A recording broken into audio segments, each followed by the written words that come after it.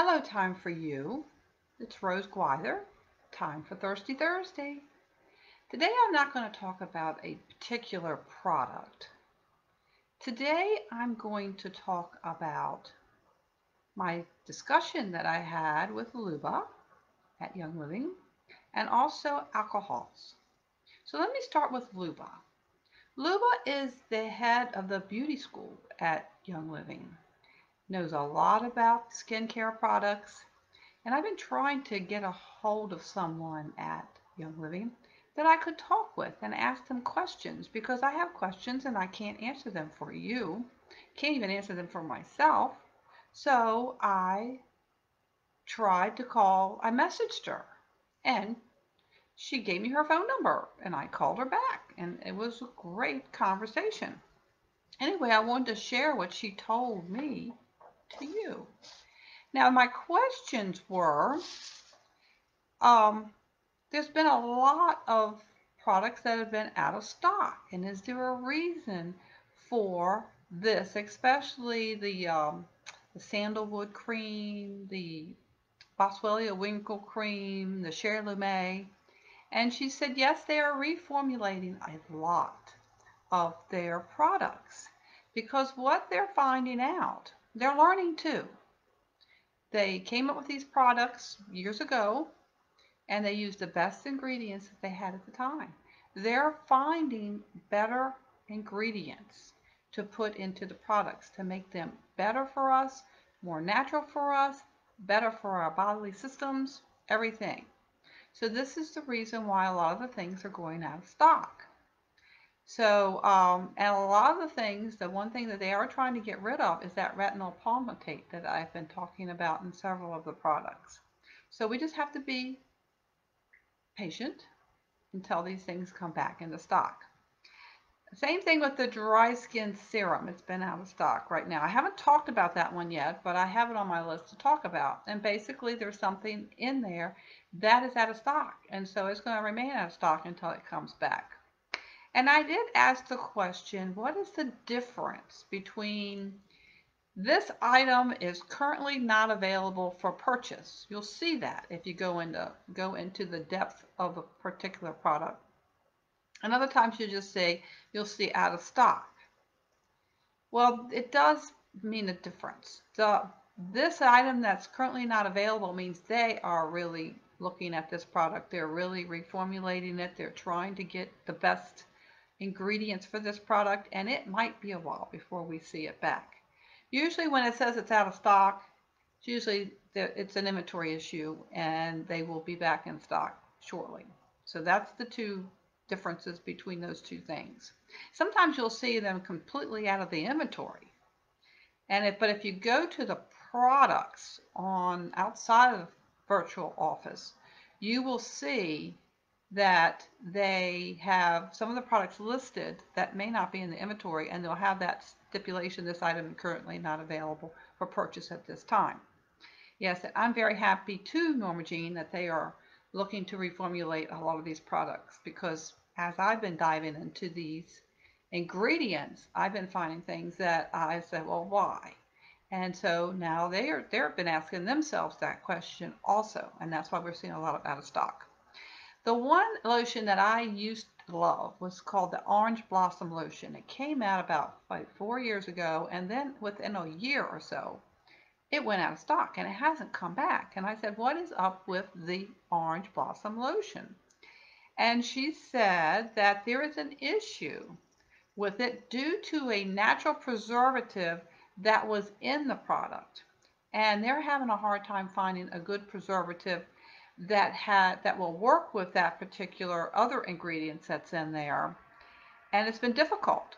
And so she says it will be back someday. They just don't know when. And I have heard that sometimes when they are looking for a product, it takes them 2 years to come up with what's in it, how they're going to produce it, get it produced, and get it out in inventory. I asked the same thing about the shampoos and conditioners. I think almost every one of them are out of stock, but they're going to come back soon, and we've seen that on the out of stock listing. And the same thing, she says they're just getting rid of some of the ingredients. getting better products, ingredients in their products, and that's what's up with the shampoos and conditioners, but we should see them come back soon. The Art Cream Mask. I've had it.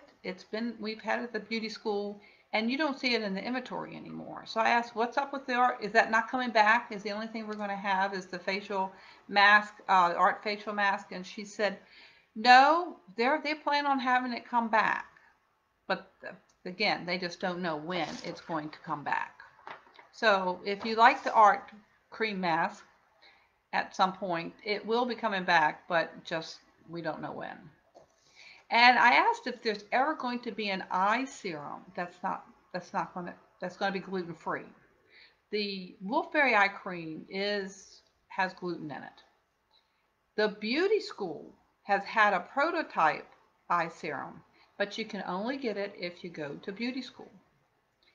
And it has cost $10 to buy it.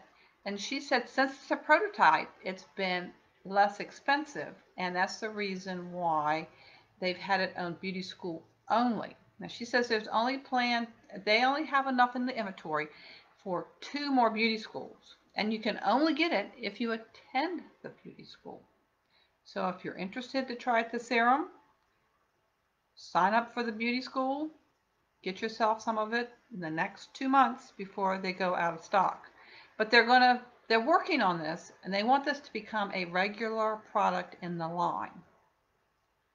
But she says when it comes into the line, it probably will be more expensive than the $10 that we're paying for it now, because it's no longer a prototype. It will be an inventory item. So I thought that was kind of an interesting tidbit that she gave me about the eye serum. I do like the beauty school eye serum. I was lucky enough, since I've been to multiple beauty schools, that I have purchased quite a number of containers. I might have 2 left. So when that's gone, I'm going to be looking for something to use until they come out with the final product for the line. So anyway, she could not give me any dates for any of the out of stock thing, and I understand that, but I thought there was good information that she gave me, and it's nice to know that they are looking to make the products better for us instead of just producing and producing and producing and getting them out and getting them out.